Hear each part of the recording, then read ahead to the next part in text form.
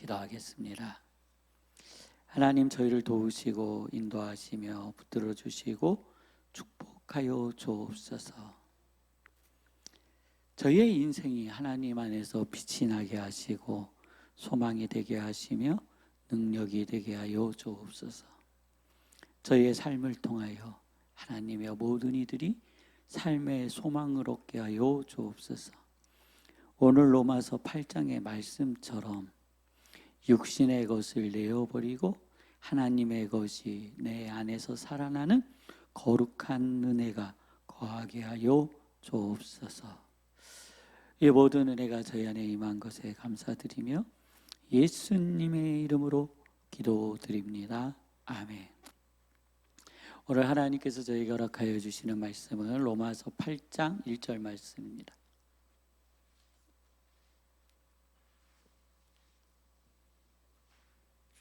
로마서 8장 1절 말씀입니다. 우리 함께 봉독하시겠습니다. 시작. 그러므로 이제 그리스도 예수 안에 있는 자에게는 결코 정죄함이 없나니. 아멘. AI한테 이렇게 물었어요. 그 물은 거는 이제 제미나이라는 걔한테 물었고요. 제미나이는 유튜브를 이렇게 쭉 읽어주기 때문에 제미나이라는 친구한테 물어본 거예요. 그 기계한테. 그러면서 그 제미나이가 저의 우리 교회에 주신 하나님의 말씀들을 분석한 거예요. 그러니까 우리 교회는 어떤 방향성을 가지고 메시지가 선포되어지고 있나. 그랬더니 개인의 실천적 삶에 굉장히 초점이 맞춰져 있대요. 그러니까 나 개인의 실천적 삶. 그 다음에 제가 의외로 그 유튜브 외에는 제 정보를 공유하지 않아요. 그러니까 제가 그 카톡에도 보면 그게 없잖아요. 이렇게 표시되어 있잖아요. 그 이유 중에 하나는 교회를 나타내든지 상담소를 나타내든지 하면은 자꾸 불편함이 생겨요. 그래서 그냥 저의 개인 정보가 너무 여과 없이 노출되어지는 것이 좀 싫어서 그냥 안 올리거든요. 근데 이제 유튜브는 다 올라가 있잖아요. 그러니까 걔가 이제 그것만 가지고 쭉 그냥 그 데이터베이스로 이야기를 해주는 거예요. 저는 전공이 그 성도님들 조직신학이라는 거예요. 조직신학은 되게 학문적으로 어렵고 그 다음에 되게 딱딱해요. 그리고 이제 목사님들이 조직신학을 어떻게 평가하냐면 조진신학이래요. 교회에서는 이 조직신학자들이 이렇게 설교를 할 때 조직적으로 설교를 하니까 조진신학이라고 그래요. 이게 그렇게 평가해요. 별로 이렇게 조직신학 하신 분들의 설교가 원고 구성상 특성상 굉장히 좀 있어 보일 수는 있지만 실제로 성도님들이 접근하고 이해하기에는 좀 어려운 부분들이 있어요. 근데 이제 얘가 이제 저를 평가해 준 이제 그 서버가 저한테 평가해 준 뭐냐면 우리 설교를 할 때 목회 상담학을 한 이게 표현되어 있더라고요. 목회 상담을 한 뒤에는 말 안 할게요. 나중에 제미나이한테 물어보세요. 목회 상담을 한 사람의 특징이 도드러지게 나타난대요. 그거 뭐냐면 앞에 말씀드린 대로 우리는 실천적인 것들에 대해서 굉장히 많이 구체적으로 표현하고 있어요. 근데 이 실천적인 것이 우리가 실천하자, 내가 실천하자라는 거예요. 제가 다른 분들하고 또 비교를 해봤어요. 그분들은 또 그 교회마다 이렇게 하나님이 주신 그 말씀과 방향이 달라요.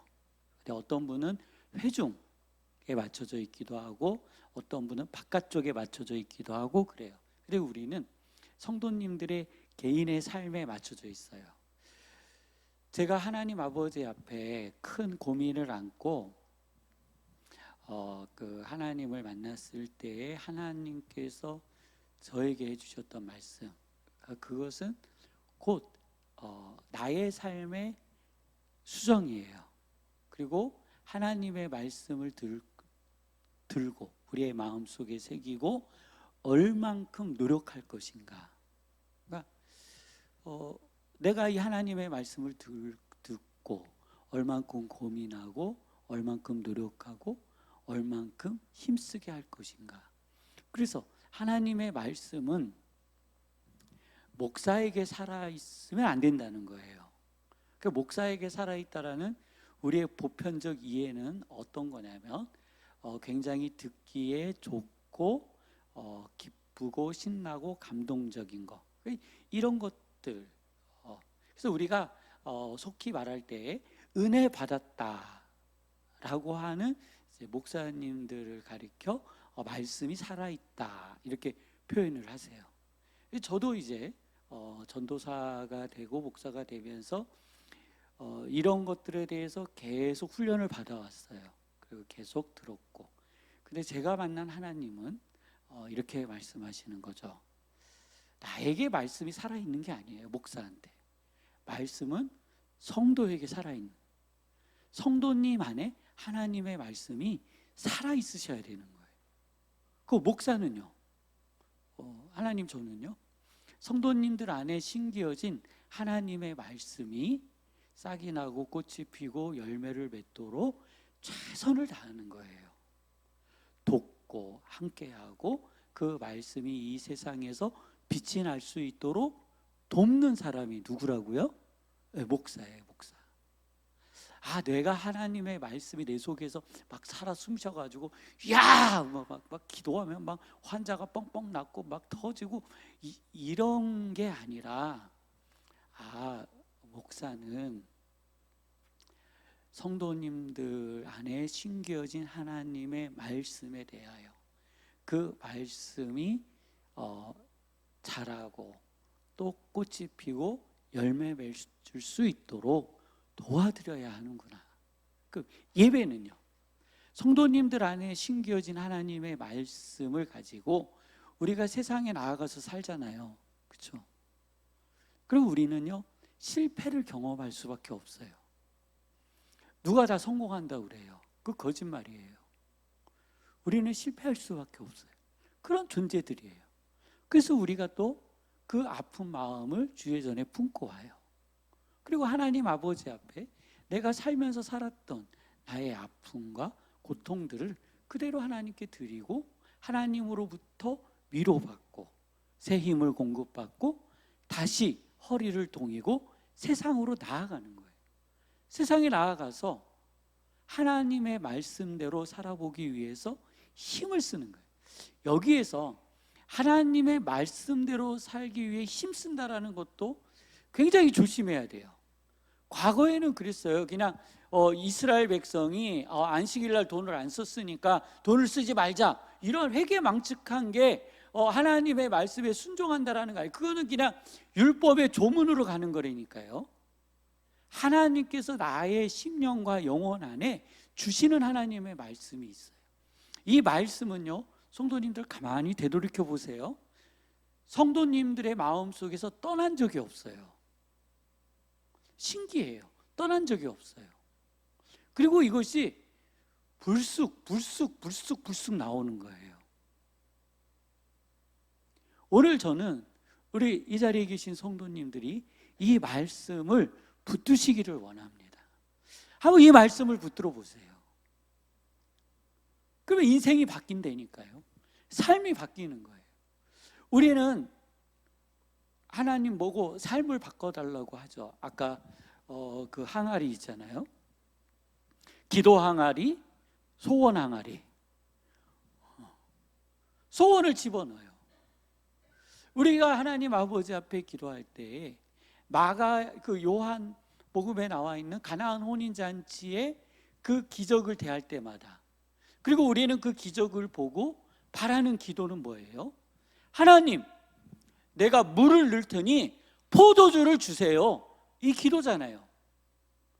내가 헌신할 테니 축복을 주세요. 이 기도잖아요.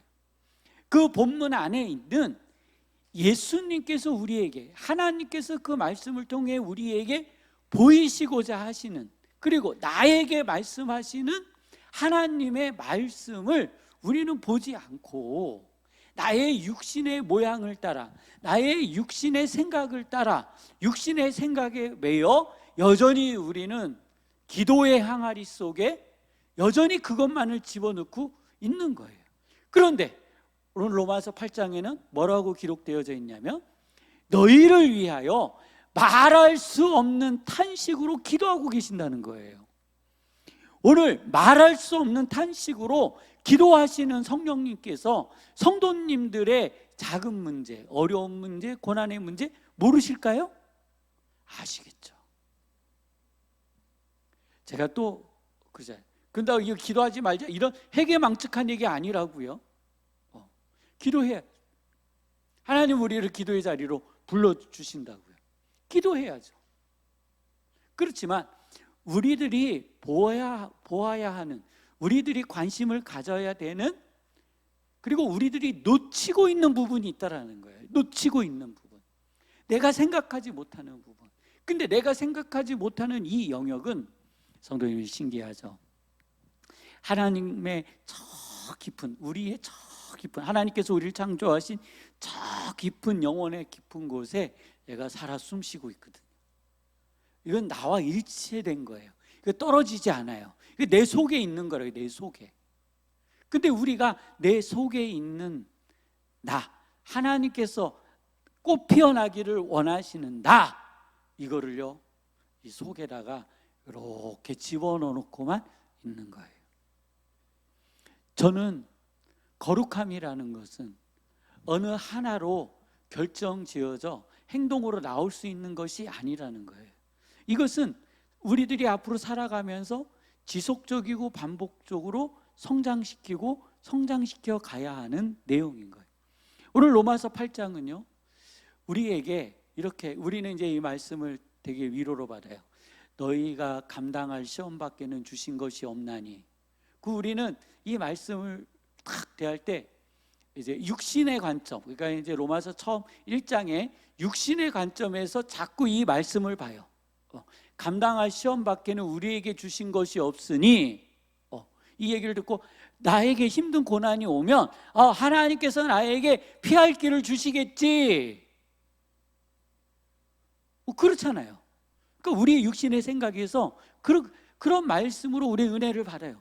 그런데 로마서 8장은 그런 얘기가 아니에요. 그런 말씀이 아니에요. 이 말씀은 뭐냐면 내가 그리스도인으로서 당하는 고난이에요. 고난. 내가 자처하여 당하는 고난의 문제라고요. 내가 예수님을 믿는 것 때문에 내가 세상에 나아가 고난을 당하는 거예요. 그래서 감당하는 시험이라는 거예요. 이 시험을 감당할 때, 이 시험을 감당하는 사람들이 바라는 것이 있는데, 그것이 뭐냐면 예수 그리스도의 재림이라는 거예요. 예수님을 다시 만나는 거예요. 우리는 본질, 하나님의 영적인 그 세계, 이 본문이 기록되어진, 그 로마서 8장이 기록되어진 본문의 본질적 이해보다는 자꾸 이 본문을 대하면서 우리의 삶과 인생의 관점, 육신의 삶을 따라 이 본문을 보니 실질적으로 우리의 삶의 문제가 해결이 안 되는 거예요. 왜 하나님, 나는 30년, 50년, 60년 내가 기도했는데 이 문제가 해결이 안 될까요? 그것은 하나님 그러실까요? 야, 너는 왜 자꾸 이 바깥 세상에 있는 것을 가지고 기도하니? 아까 소원 항아리에다가 돈 10만 원을 넣었어요. 우리는 얼마가 되기를 원해요? 네, 우리는 그렇게 기도한다고요. 우리는 그렇게 기도해 왔어요. 근데 성도님들, 아까 2부 시간에 다 제대로 표현 못했지만, 그래서 우리는 응답 받아봤잖아요. 그렇죠? 응답 안 받은 게, 응답 안 하시는 하나님이 아니라고 제가 누누이 말씀드려요. 그것이 부정하는 거 아니에요. 저도 기도하니까요. 그런데요, 보세요. 하나님께서 어마어마하게 나에게 축복해 주셨고 물질 주셨어요. 아멘이죠. 근데 우리는요, 또 뭐 하고 있어요? 네, 거기다 집어넣고 있어요.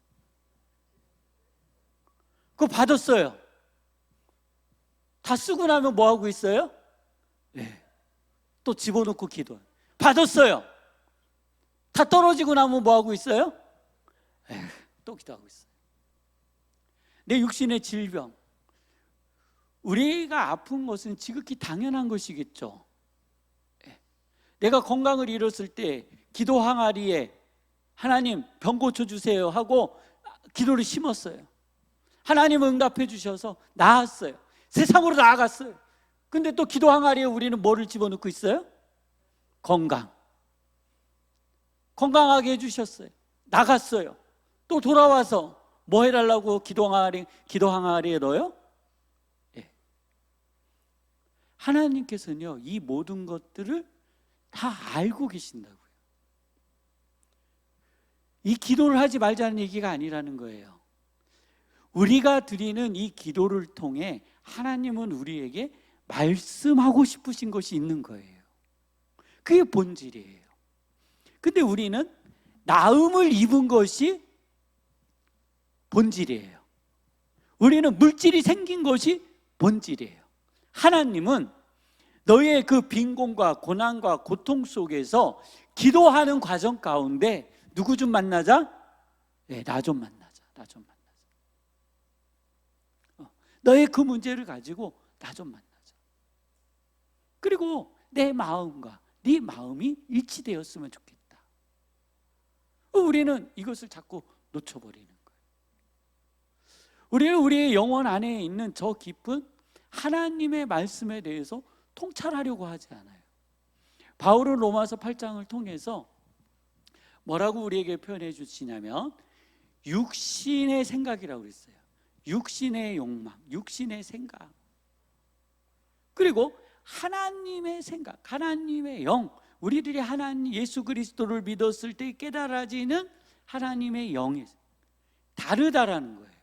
자, 그러면요, 육신은요, 육신의 생각으로 망한다고 그랬어요. 그러면 우리는 그동안에 이렇게 이해했어요. 내가 하나님 아버지 앞에 헌신하지 않고 봉사하지 않고 뭐하지 않고 했더니 쫄딱 망했어. 이 얘기를 틀린 말은 아니라고요. 근데 이 이야기가 전체는 아니라는 거예요. 전체는. 근데 우리는 그러한 것이 전체라고 이해를 한 거예요. 근데 이 말씀은 그런 게 아니에요. 우리가 우리의 소원 항아리에 우리의 육신의 문제를 해결하기 위해서 하나님 아버지 앞에 자꾸 기도하다 보니까 내 육신의 생각을 거기다 자꾸 집어넣잖아요. 다른 데다 넣는 게 아니에요. 내 육신의 생각을 거기다 집어넣고 육신의 생각에 답을 얻어오는 거잖아요. 응답을 받는 거잖아요. 그러니 하나님께서 나에게 주시는 영의 말씀은 나에게 고통처럼 찾아오는 거예요. 우리들이 살아가는, 성도님들이 살아가는 삶의 방식이 있어요. 사람들과 소통하는 소통의 방식이 있다고요. 대화의 방식이 있어요. 그리고 세상을 대하는 방식이 있고 하나님과 만나는 방식이 또 있어요. 근데 이게 육신의 생각이라는 거예요. 하나님께서는 너가 이것으로부터 벗어나라 라고 말씀하셨을 때요, 우리는 어떻게 반응하냐면 내가 이것을 놓고 나면 죽는다고 생각을 해요. 내가 가지고 있는, 내가 지금 붙잡고 있는 이것을 놓으면 나는 죽는다, 나는 사망한다, 나는 없어진다. 그럼 나는 뭐야? 왜냐하면 나는 그 깊은 하나님의 뜻을 만나보지도 못했고 살아보지도 못했기 때문에 그러는 거예요. 그 하나님의 자유를 경험해보지 못했기 때문에 손을 놓을 수 없고 그 세상에서 내가 벗어나지를 못하는 거예요. 그래서 자꾸만 하나님께서 육신의 생각을 가지고 있는 우리에게 야, 너 거기서 나와, 너 나와. 이렇게 가다가 다시 이렇게 돌아온다니까요. 가다가 안 돼요, 하나님. 나 거기 가면 죽어요. 하나님 나 참 죽이시려고 절로 보내시네. 내가 그러면 어떻게 해요? 하나님 왜 자꾸 나보고 하나님 이쪽으로 와주세요? 내 생각과 내 뜻과 내 의지대로 하나님 세상이 바뀌게 해주세요. 근데 하나님은 어떻게 하라고요? 와 보라는 거예요. 와 보라는 거예요. 너희들이 그렇게 행하면 자유를 주신다는 거예요. 복을 주신다는 거예요. 오늘 아까 제가 서두에 말씀드린 것처럼 로마서 8장 18절 우리 한번 읽어볼까요? 시작. 생각하건대 현재의 고난은 장차 우리에게 나타날 영광과 비교할 수 없도다. 여기까지만 읽는 거예요. 여기까지만. 그래서 우리는 육신의 고난과 아픔과 슬픔과 관계의 어려움과 막 그런 고통이 막 찾아올 때 막 하나님 아버지 앞에 하나님 내 지금의 고난은 장차 올 영광과 비교할 수 없으니 내가 참아내고 인내하고 버티겠습니다. 그러면 하나님 뭐라고 하시는지 아세요? 아이고 아직 멀었구나 그러시니.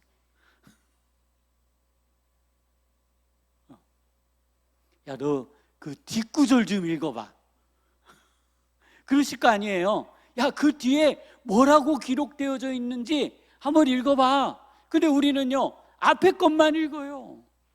그리고 나서 내가 당하는 모든 삶의 그 어려움들을 전부 욥처럼 갖다 붙이는 거예요. 참 지가 잘못해놓고 자기가 잘못해놓고 자기는 욥의 고난을 당한대. 그런 분들 많이 보셨죠? 자기가 잘못해놓고서는 욥의 고난을 자기가 당한대. 아니에요. 아니 어떻게 음주운전하고 교통사고 나가지고 들어 누웠는데 어떻게 자기가 욥의 고난을 당한다고 이야기하냐고요. 그렇잖아요. 아니 아기 때 내 자녀 아기 때 신나게 두들겨 패놓고서는 신나게 두들겨 팼어 아기 때. 그래갖고 얘가 청년이 돼가지고 시집가고 장가갔는데 이게 이제 정서가 크도 크고 다 컸잖아요. 그러니 이제 그 부모 말 듣겠어요? 그리고 또 우리는 또 거기다가 욥의 고난을 주셨다고 그러잖아요. 자기 행동은 안 돌아보고. 이게 우리 그리스도인들이 가지고 있는 믿음의 함정이에요. 고난이라는 곳에 모두 다 집어넣어 버려요. 축복이라는 곳에 모두 다 집어넣어 버려요. 그러니 우리의 정의, 옳고 그름이 축복과 고난에 다 가려지는 거예요. 모든 것이 다 정당화돼 버려요. 아니에요. 하나님의 말씀은 그런 것이 아니라고. 로마서 8장은요 우리로 하여금 새 사람을 입으라는 거예요. 새로운 사람이 되라는 거예요. 새로운 사람은 예수 그리스도로 덧입은 자. 내가 예수 그리스도로 은혜 입은 자라는 거예요. 한번 19절 20절 함께 읽어볼까요? 시작. 피조물이 고대하는 바는 하나님의 아들들이 나타나는 것이니 피조물이 허무한데 굴복하는 것은 자기 뜻이 아니요 오직 굴복하게 하시는 이로 말미암으이라. 이렇게 기록되어 있어요. 자, 피조물이 고대하는 것은 누구라고요? 하나님의 아들이래요. 우리는 하나님의 아들을 믿으며 고난을 당하는 거예요. 그래서 우리들이 종국에 얻는 영광은 하나님 나라 안에서의 천국의 영광을 표현하는 거예요. 오늘 사랑하는 성도님들, 우리가요 고난을 당할 때 기쁨으로 맞이하시기 바랍니다. 그리고 이 고난은요 그냥 고난으로 소비하지 마세요. 소비하지 마세요. 그냥 기도 항아리에다 넣어버리고 소원 항아리에다 넣어버리면 이 고난은요 나에게 있어서 아무런 도움도 되지 않아요. 아무런 도움도 되지 않아요.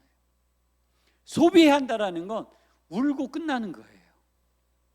소비한다라는 건 이 속에다가 병으로 싸놓는 거예요. 고난을 이 속에다가 싸놓기 시작하면요 성도님들 화병 걸려요. 화병, 마음의 병 걸린다고요.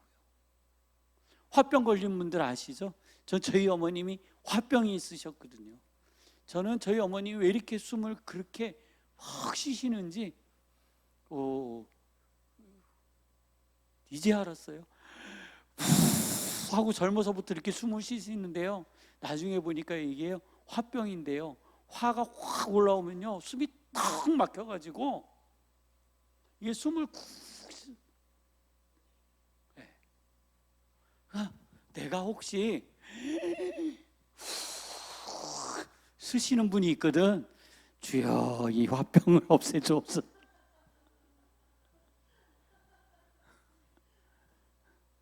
하나님 이 화병을 없애주옵소서. 근데요 제가요, 우리 아버지가 이 설교 안 들으시거든요. 우리 아버지 또 얘기해야 돼요. 우리 어머님 얘기.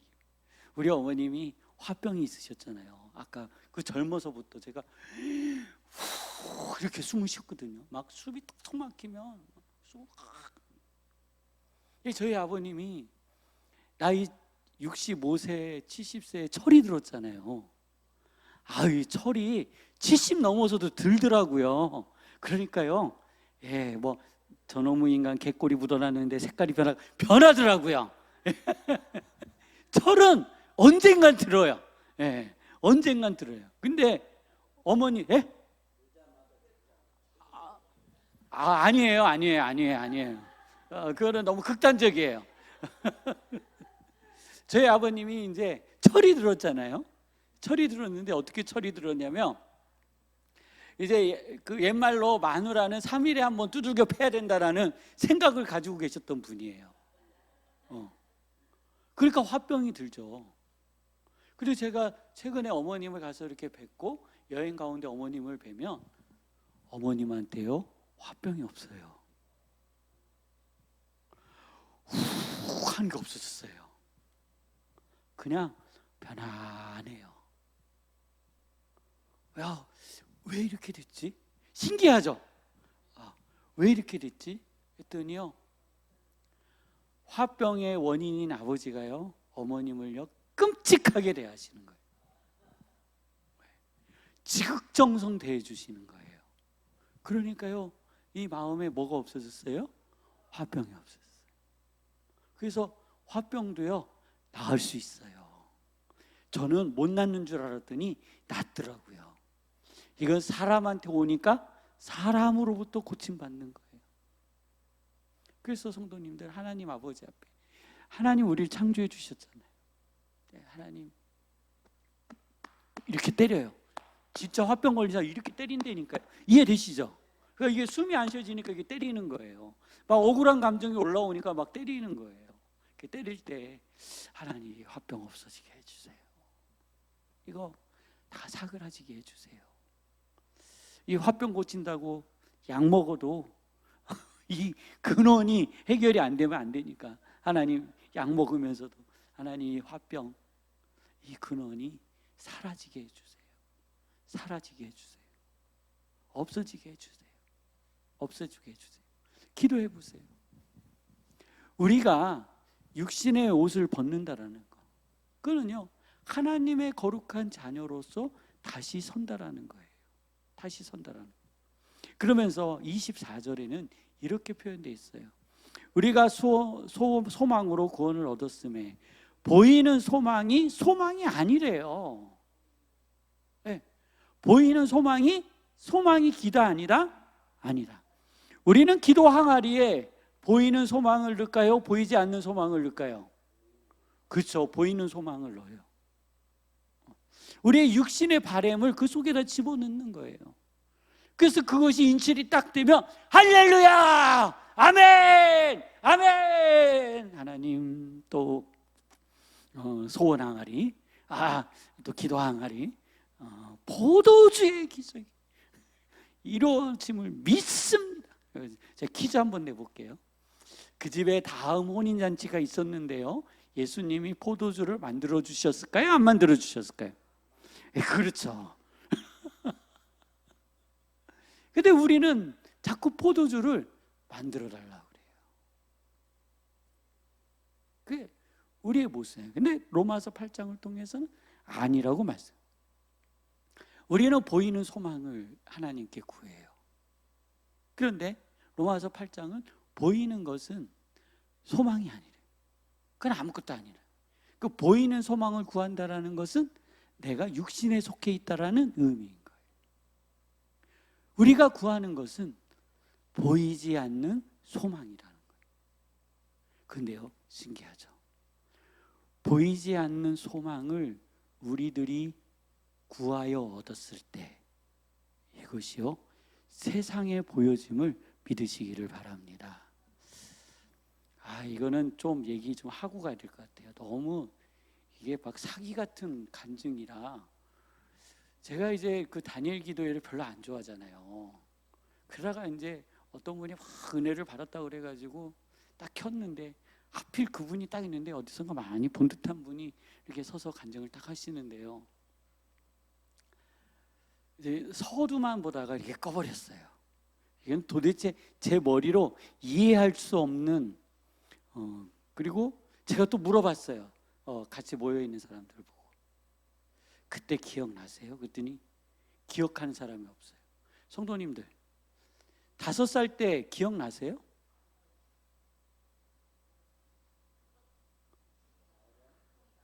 그렇죠? 어렴풋이 기억나는 건 뭐예요? 아니 그러니까 그거는 뭔가 되게 내 기억 속에 강렬한 기억이에요. 그러니까 뭔가 충격적인 기억이에요. 그 충격적인 기억은 어렴풋이 나는 것이지 구체적으로 나는 게 아니에요. 구체적으로. 근데 이번에 나오셨던 한 분은요, 와, 5살 완전 천재예요. 전 세계를 기억하는 것 같아. 야, 그 정도면은 엄마 뱃속에 있는 것도 기억하겠다. 이 들으신 분들 이해되시죠? 야, 어떻게 5살 때 저걸 다 기억하지? 이게 내가 그걸 빼지 왜 그걸 넣어가지고 나로 하여금 뒤에 메시지를 못 듣게 하나? 보통 사람들은요 5살 때요 그렇게 리얼하게 기억 못해요. 그래서 우리는 가끔 그러한 말에 너무 잘 속아 넘어가요. 너무 잘 속는다고요. 그렇게 해야 뭔가 좀 있어 보이고 뭔가 좀 이렇게 되는 것처럼 보이는가 봐요. 근데 성도님들 그렇지 않아요. 우리들이요 이렇게 하나님의 말씀을 들을 때 그런 부분들을 좀 저는 가려 듣자 하는 거예요. 가려 듣자. 무조건 거기에서 나와서 다른 사람들이 이야기한다고 그래서 진리일지는 않다라는 거예요. 상식적이어야죠. 이해될 수 있고 수용되어져야죠. 어떻게 5살 때 기억에 아버지가 쫓아내가지고 칭찬받으라고 그래가지고 밖에 나가갖고 한 번도 못했는데 그 예쁜 딸을 굶겼다고 그러는데, 아니 그게 그렇게 리얼하게 기억나나? 그 다음에 또 가가지고 했더니 뭐 해갖고 뭐 칭찬을 받았다고 그래가지고 나는 글씨를 못 써요 그래가지고 아버지가 받았었다. 제가 다 들었죠. 예, 받았어가지고 칭찬해갖고 그날 밥 먹었다고. 아니 그게 기억이 나나? 5살 때 이렇게 기억이 나겠어요? 천재예요. 엄마 뱃속에 있는 것까지 다 기억날 거예요. 그런 분은요. 하나님의 말씀은요 그런 게 아니라고요. 그거는 소원 항아리예요. 우리는 말씀을 대할 때 말씀으로서 성도님들의 심령 안에 다가오시기를 원합니다. 오늘 로마서 8장에는 보이는 소망이 소망이 아니래요. 근데 우리는 습관처럼 보이는 소망을 소망이라고 생각해요. 하나님께서 우리에게 주시는 소망은요 하나님이 우리에게 주심으로 끝난 거예요. 그건 영원한 거예요. 혹시 지금 제가 드리는 이 이야기가 이해 안 되시잖아요? 그럼 하나님 로마서 8장에 나와 있는 영원한 소망의 확신이 나에게 오게 하여 주옵소서. 기도해 보세요. 지금 이 말이 이해 안 되시면 하나님께 가르쳐 달라고, 성령님께 가르쳐 달라고 기도하세요. 제가 여기에서 아무리 설명해도 이것은요 제 것이에요. 제 것이 성도님들의 것이 될 수 없어요. 그래서 바울이 여러 말을 할 수 있겠지만 보이는 소망과 보이지 않는 소망을 구분하고, 보이지 않는 소망을 구하는 이들이 우리 그리스도인이다, 하나님의 자녀다라고 말씀하고 있는 거예요. 오늘 성도님들 다시 표현해요. 나는 보이는 소망을 구했어. 근데 보이지 않는 소망이 하나님 나 아직 잘 모르겠어요. 이게 정직한 거예요.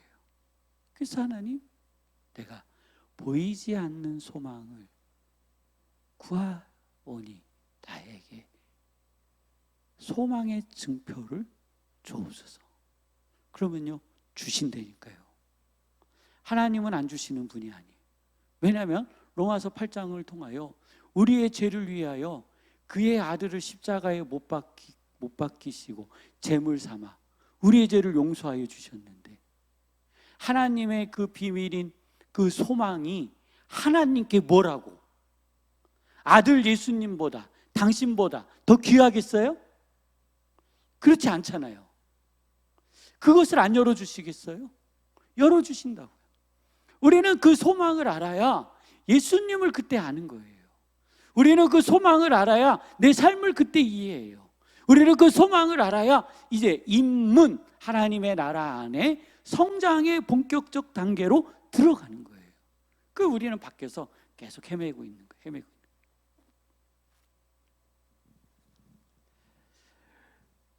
사랑하는 성도님들, 오늘 로마서 8장을 통해서 우리에게 말씀하시는 거, 너는 육신의 옷을 벗어버려라, 그거예요. 그리고 보이는 소망을 구하는 것이 아니라 보이지 않는 소망을 구하라. 그리고 감당할 수 없는 시험이란 나의 잘못과 아니면 인생에서 오는 고난의 문제로 아멘 하고 그냥 생으로 버티는 거예요. 생으로. 하나님 그거 원하시는 거 아니에요. 하나님께서 내가 생으로 고통받는 거를 원하시겠어요? 아니라고요.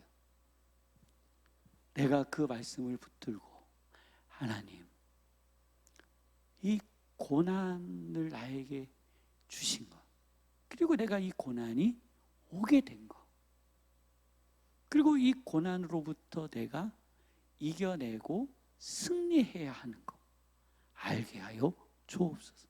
개인의 문제, 하나님의 나라의 문제. 이제 우리는 내년 내내 거룩한 그리스도인에 대해서 저희는 계속 찾아갈 거예요. 하나님, 제가 거룩한 그리스도인으로서 세상을 살아감. 내가 정한 거예요. 내가 거룩한 그리스도인으로서 믿음을 가지고 살아나갈 때 그리스도인으로서 당하는 고난에 하나님의 영광이 임하게 하여 주옵소서. 하나님께서 갚아주실 거예요. 하나님께서 갚아주실 거예요. 천국 가기 전에 갚아주실 거예요. 성도님들이 보실 거예요. 알게 되실 거예요. 그것이 무엇인지. 자꾸 물질적으로 부자가 되고 뭐가 되고 이런 게 아니라니까요. 그거는 있다가도 없고 없다가도 있는 거예요. 이것만 말씀드리고 제가 넘어갈게요. 그것을 위하여 기도하지 말자 이런 게 아니라는 거예요. 우리는 그것을 위해서 기도해야 돼요. 제가요, 권사님, 제가 더 달콤 아이스크림에 대해서 조사를 해봤어요. 재민아이한테, 야, 너 여기 매출이 얼마나 될 것 같아? 그랬더니 인구 동향부터 시작해서 매출을 쫙 빼내더라고요. 그러면서 얘가 뭐라 그러냐면 이것은 실제 예측으로서 포장되어질 수 있기도 하지만 그 지점에서 대략 매출은 어느 정도 나옵니다 하고 기록되어져 있어요. 예? 1년에 7천만 원. 거의 비슷하죠. 그렇죠. 그러니까 얘가 거의 맞춘 거예요. 세상에 그 매출까지 찍어내더라고요. 네, 그냥 인구 동향으로 해서 이렇게 해서 이렇게 나오더라고요. 우리는요 자꾸 하나님의 말씀을 대하는 삶의 방식에서 이제는 본질로 접근해야 돼요. 하나님께서 나에게 직접적으로 말씀하시는 것이 무엇인지, 지식적 접근이 아니라 본질적 접근. 그래서 하나님을 알아가는 은혜가 우리 안에 있기를 원합니다. 기도하겠습니다. 거룩하신 하나님, 저희는요 세상에서 살면서 많은 어려움들을 당합니다. 하나님 도와주옵소서. 그리고 하나님, 우리의 고난의 문제로 우리의 시간을 허비하고 보내는 것이 아니라 하나님께서 말씀하신 본질을 찾아 행하게 하여 주옵소서. 하나님의 말씀에 기록되어져 있는 하나님 형식과 모양과 율법의 조문에 빠져 있는 하나님, 그러한 삶이 아니라 하나님의 마음을 이해하고 접근하는 거룩한 그리스도인 되게 하여 주옵소서. 저희들이 하나님의 말씀을 보는 눈이 바뀌게 하시고 세상을 대하는 삶의 방식이 바뀔 수 있도록 인도하여 주옵소서. 이 모든 은혜가 하나님의 저희 안에 임한 것에 감사드리며 예수님의 이름으로 기도드립니다. 아멘. 하늘에 계신 우리 아버지여, 이름이 거룩히 여김을 받으시오며 나라가 임하옵시오며 뜻이 하늘에서 이루어진 것 같이 땅에서도 이루어지리이다. 오늘날 우리에게 일용할 양식을 주옵시고 우리가 우리에게 죄 지은 자를 사하여 준 것 같이 우리의 죄를 사하여 주옵시고 우리를 시험에 들게 하지 마옵시고 다만 악에서 구하옵소서. 대개 나라와 권세와 영광이 아버지께 영원히 있사옵나이다. 아멘.